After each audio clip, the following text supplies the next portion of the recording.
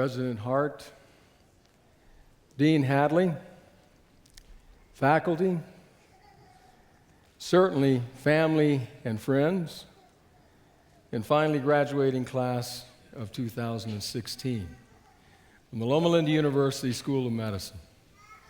It's a privilege to join you at this most meaningful moment. Congratulations.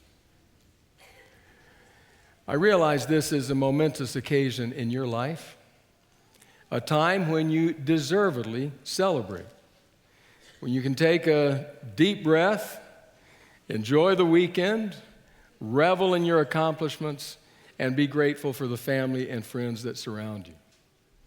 But there's one other reality. I know you're aware of this, but just so we're on the same page, one other reality of which you are also aware, and that is that despite how much you've learned, despite how much you've studied, despite your years of really kind of cramming things in, there is still more to learn. Always more to learn. I say I know you know that, but not everyone apparently does. A certain Dr. Young apparently didn't realize that. Dr. Young was a recent graduate from a school of medicine, had always done well, graduated near the top of his class, felt that he pretty well had a handle on life.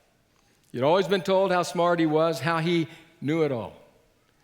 Thus it was that in his new community, he noticed a little clinic that sprung up. There was a gentleman, a physician, who had gone into retirement, had gotten bored, and had opened a clinic. Dr. Young one day saw the sign hanging out front of the clinic. It said, "Dr. Geezer's Clinic.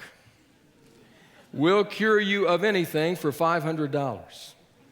If I can't, I'll pay you $1,000. Dr. Young thought, there's no way this old guy, it's been decades since he's been to medical school. No way he knows everything. So he showed up the first day, sat down in the office, and Dr. Geezer said, what seems to be the problem? Dr. Young said, I seem to have lost all the taste in my mouth. I can't taste anything. Dr. Geezer turned and said, nurse, the medication in box 22, put 3 drops in his mouth. She came over, 3 drops. He bolted out of the seat and shouted, what are you doing? That's gasoline. Dr. Geezer said, seems you've been cured. That'll be $500.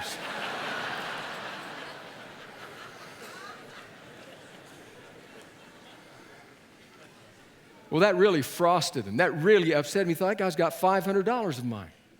So he stewed about that for several days and then came back second time. You're back again? Yeah, back again. So what seems to be the problem this time? Well, it seems I've lost my memory. I can't remember things. I can't remember anything. All right, nurse, medication in box 22, 3 drops. Dr. Young said, no way, that's gasoline. He said, seems you've been cured, $500.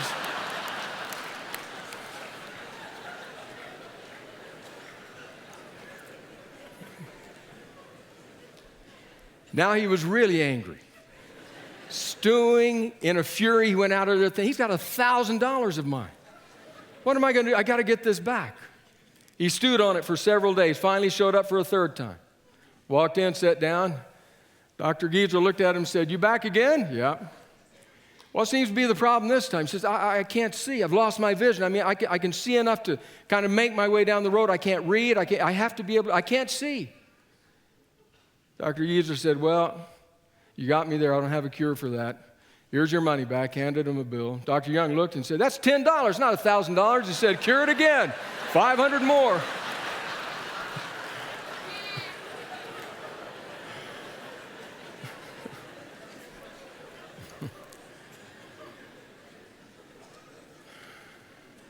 Now, there is a moral to that story. The moral is, sometimes when you think you know it all, you really don't.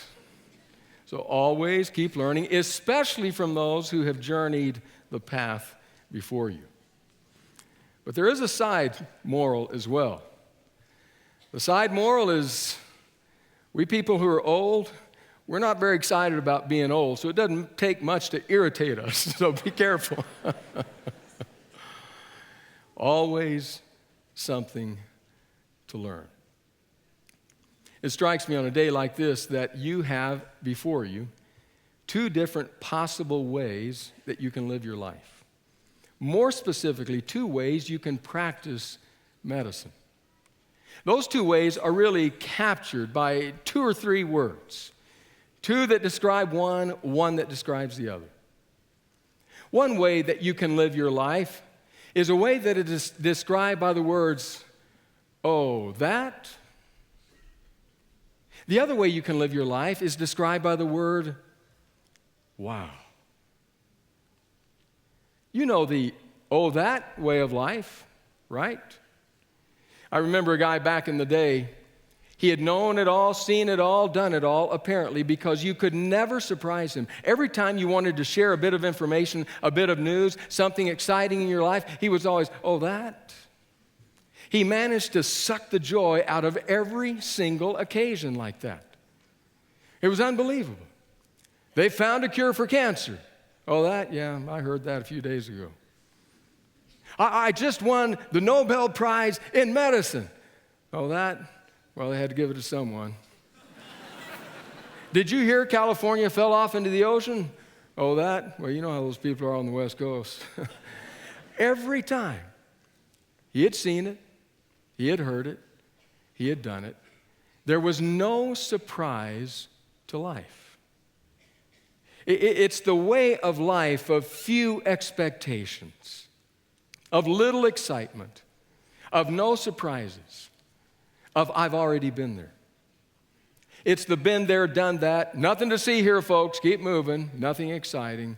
Nothing new under the sun. I've already been there. I've already seen it. That's one way you can approach life. You can approach medicine.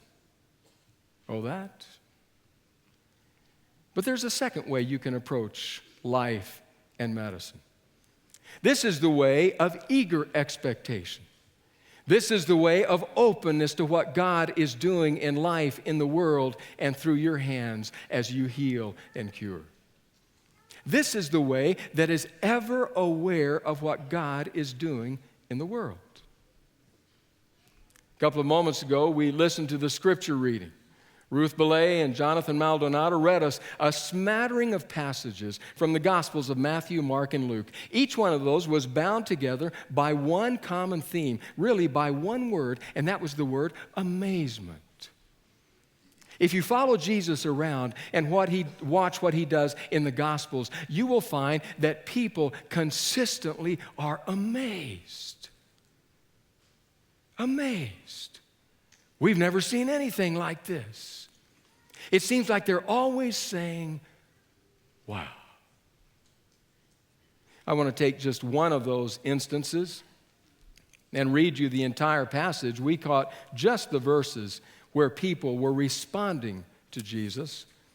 I want to read you from Mark's Gospel, from the 6th chapter, these words. Jesus left there and went to his hometown accompanied by his disciples. When the Sabbath came, he began to teach in the synagogue, and many who heard him were amazed. "Where did this man get these things?" they asked. "What's this wisdom that has been given him? What are these remarkable miracles he is performing? Isn't this the carpenter? Isn't this Mary's son and the brother of James, Joseph, Judas, and Simon? Aren't his sisters here with us?" And they took offense at him. Jesus said to them, "Only in their own towns, among their relatives, and in their own homes are prophets without honor." He could not do any miracles there except to lay his hands on a few sick people and heal them. He was amazed at their lack of faith. 2 times the word amazed appears in that passage.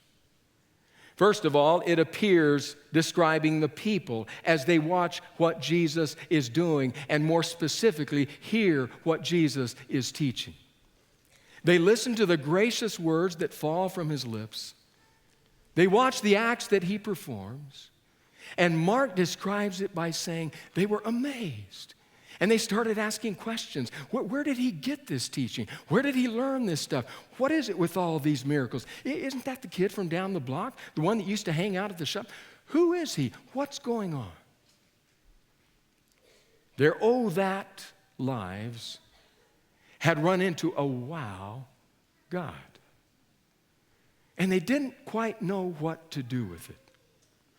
Except for one thing. They were sure of one thing. They were sure this had nothing to do with God. No. This may be wowing our senses, but this has nothing to do with God. We don't understand what's happening here. And because of their lack of faith, the word amazed appears for a second time. This time describing Jesus. This time it says, Jesus looked at them, at their lack of faith, and he was amazed. It's as though he says, are you going to persist in, that? Lives? When the kingdom of God is breaking in upon you? When you could be saying, wow. Seems like we all have those two possible ways of choosing in life. You may be more specifically, because you're going to be involved in the very kind of work in which Jesus was involved. In fact, we say in this very place that what we are about at Loma Linda University is furthering the teaching and the healing ministry of Jesus Christ, the very thing that caused them to say, wow. That's what you're going to be doing. And you have an option. How will you do it? I want to suggest to you that if you want to live a life that is characterized by wow, there's one way to do it. And that is to be ever and always cognizant of God's activity, not just in the world, but in your life, in the lives of your patients. To be looking everywhere to see what is God doing? Where can I join him in his work of healing? Where do I see the evidences of God? Even as I gaze through the lens of the microscope, do I find here the fingerprints of God? If you're always following Jesus around, joining in what he is doing, you're going to be saying, wow. A lot. But it's hard to do. When you have the mundane to deal with, the minutia of life, 10 more patients to see before rounds, an overfull list at the clinic waiting to be seen, more work in the lab than you'll ever get to, and somehow you're supposed to be aware of the activity of God. It's just so hard to do when we get caught up in the mundane realities of life. Some years ago, Roger and Donna Hadley edited a book entitled Morning Rounds, a devotional book. Many of you have read it. If you haven't, you should. I got to thinking about that because I was privileged to write one entry in that book, a story. Our pastoral staff was on a retreat down at the beach. It was an evening, and we had gone down to the beach together to watch the sunset. It was that glorious moment as the sun dips into the west, kissing the horizon, sending shards of refracted light all across the ocean. The splendor was unbelievable. Standing there and taking that in. And thinking, the divine artist is at work again. Darkness was beginning to creep onto the canvas. We turned and we looked up at the cliff behind us, and there they were, the houses I'll never live in, houses I'll probably never visit. And I thought, boy, this is pricey real estate, and what you're paying for is the view. But there it was on a low cliff just above us. A house, maybe the nicest one of all. Its entire western front seemed to be gigantic picture windows, floor to ceiling, giving a spectacular vista of the ocean before them. Oh, to see that every 24 hours. And then I noticed that I could see the back of a man's head seated in a chair, watching on a large screen TV a tennis match. And I looked, and we looked, and then we realized that every single chair in the room was turned to the television. The beach? Oh, that. The sunset? Oh, that. The splendor? Oh, that. We've gotten used to it. Do you ever wonder how long it will take you to just get used to it? Just used to it. Ever wonder how long it will take to get used to the tears streaking the cheeks of that father who holds his baby for the first time? How long will it take you to get used to that moment? How long will it take you to forget the name of the first patient who dies on your watch?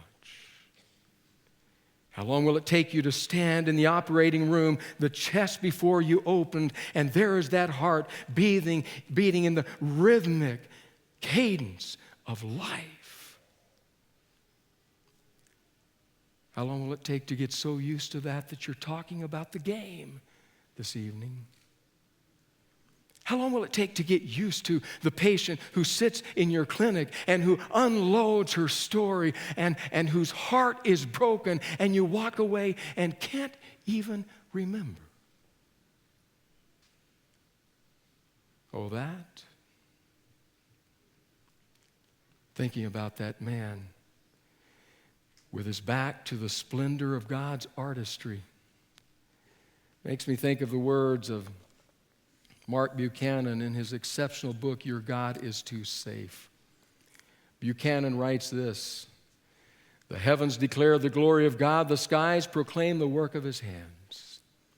But we are blind and deaf to God's glory revealed in the skies if we only watch the heavens unfold on television. It takes imagination. Consider all the men and women of massive, piercing intellect who study the stars in all their infinite vastness and intricate smallness. But don't ever hear God setting them to sing like a Harlem choir, loosing them to a jig like a river dance troupe, festooning them across the sky like Matisse hanging his artwork out to dry. It's not that these people don't have enough brains. Maybe they have too much. Maybe they lack imagination. If you describe a kiss in sheer physical terms, it sounds repulsive. Two people press their moist, creased facial orifices together, cinch tight the muscles to draw the flesh around the orifice into a bulbous mound, and exchange saliva and breath. It takes imagination to transmute that into an act of intimacy. It takes the power to see beyond and beneath the stark physicality of it all. Those who look at the stars and see only dead rock and gases are like men who have spent their lives analyzing kisses but have never kissed anyone. Don't let your life pass without kissing. Not in the dead gases of the sky, not in the stark physicality of the patient, not in all the data and research that happens in the lab, but with eyes open that say, where is God in this? Where do I find his fingerprints? Because when you do that, the divine kisses your life and you say, wow, that's God. God at work. It only requires one reality. It only requires that you follow Jesus around.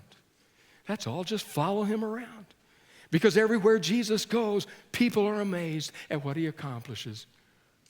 Make your morning prayer be, Jesus, I don't know all of what I will do today, but I do know one thing. I want to follow you around everywhere you're going, everywhere you want me present. I want to see, I want to be a part of what it is that you are doing in my world. Let me see you active, see you at work. Don't think that this is just the softer, the more artistic side of what you will do, because that kind of attitude, that openness to something greater and bigger and more grand than we are, will affect your science. Ernest Rutherford. Ernest Rutherford, the father of some of the very physics that you no doubt have studied, had a rather humble beginning in New Zealand. In his book, The Making of the Atomic Bomb, Richard Rhodes writes about what happened in Rutherford's life. He writes, Rutherford had a hard and healthy childhood. He capped it by winning scholarships, first to modest Nelson College in nearby Nelson, South Island, then to the University of New Zealand, where he earned an MA with double first in mathematics and physical science at 22. He was sturdy, enthusiastic, and smart, qualities he would need to carry him from rural New Zealand to the leadership of British science.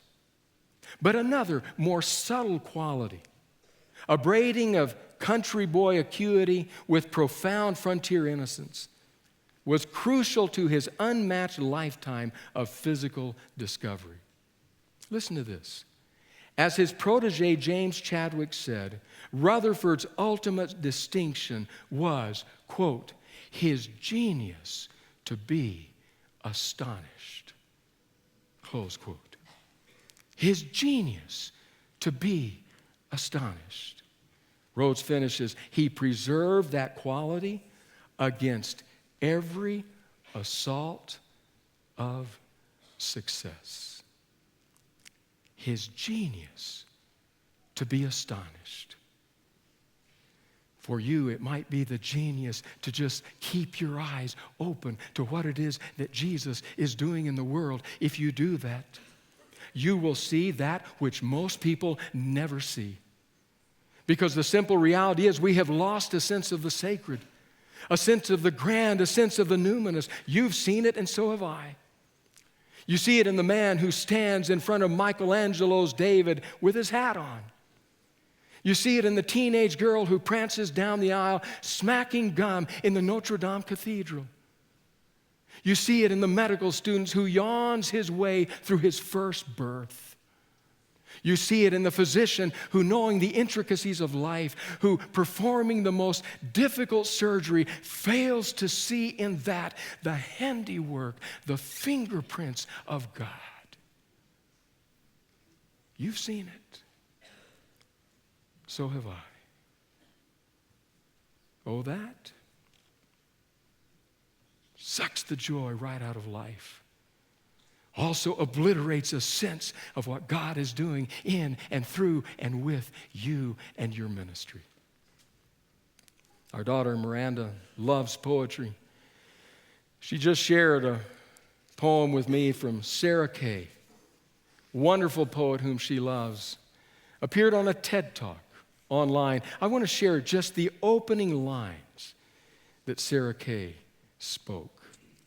She said, if I should have a daughter, instead of mom, she's going to call me Point B. Because that way she knows no matter what happens, at least she can find her way to me. And I'm going to paint, listen to this, and I'm going to paint solar systems on the backs of her hands. So she has to learn the entire universe before she can say, oh, I know that like the back of my hand. That's what I would yearn for you. That somebody, Jesus maybe, might paint solar systems on the backs of your hands so that you will never be able to say of the world that God has created, of the people that He's placed within it, of the patience you will encounter in your life, oh, I know that like the back of my hand. Universes, solar systems. Wow. Two ways. You can choose how you will practice medicine. Oh, that? Been there, done that, know it all. Or you can choose to follow Jesus around all through life. If you do that, I suspect that time and again, you will sense the movings of the Spirit in your heart and soul. You will experience the action of the Spirit in your life. You will see in your patience the results of what God's love can do, and you will stagger backwards and say, wow. But I think there will be one other reality that happens. If that's the direction you choose, I think one other thing will transpire. And that is that attitude toward life will give medicine its music, its harmony, its melody, its joy. You see, what you've learned to this point gives you many of the facts, many of the details, many parts of the information required to do exactly what you're going to do. But I would suggest that only God can really give you the music in the soul, the music that will make your medicine ministry. Wow. The late Dr. Fred Craddock, professor of New Testament but also of homiletics, tells of a homiletics class he taught. Came to the point they'd finished the theory, now it was time for the students to begin preaching. Any of us who have taught homiletics always have a curiosity about that moment in time. These students, what will they say? How will it unfold? The moment came. Students began to present. And then Craddock says one student got up there with his Bible and his guitar. Oh boy. And he began to talk and began to try to tune that guitar. Started talking about the passage, the language, the exegesis, and just kept pausing, trying to tune that guitar. Very irritating. Talk more about the passage, possible applications, tuning that guitar. Finally, his time was basically up. And he looked at the class, and he said to them, you know, I've got all the words, but I just don't have the music.